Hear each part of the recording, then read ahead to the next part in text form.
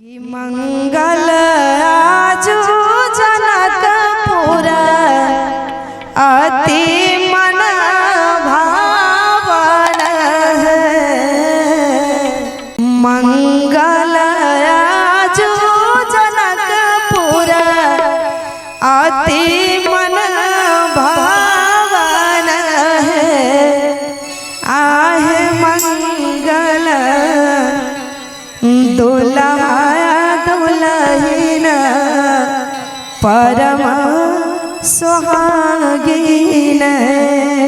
और मैं भगवान से कामना करती हूँ कि हमारे कल्पना जी और मिथिलेश जी का जोड़ी यूं ही बने रहे सालों साल तक। और ये बड़ा ही प्यारा भाव में कहेंगे कि मंगल आजू जनकपुर अति मन भावन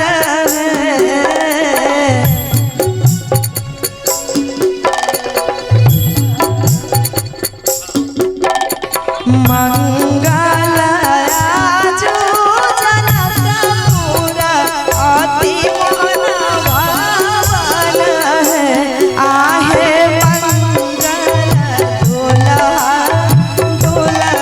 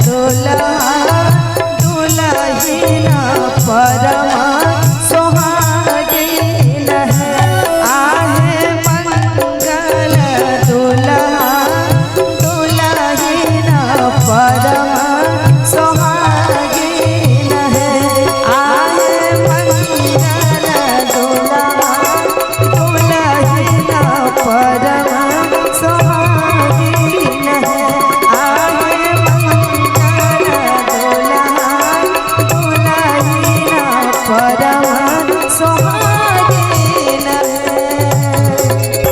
क्या बात, एक बार ताली हो जाए हमारे दूल्हा और दुल्हन की। एक बार जोरदार ताली हो जाए।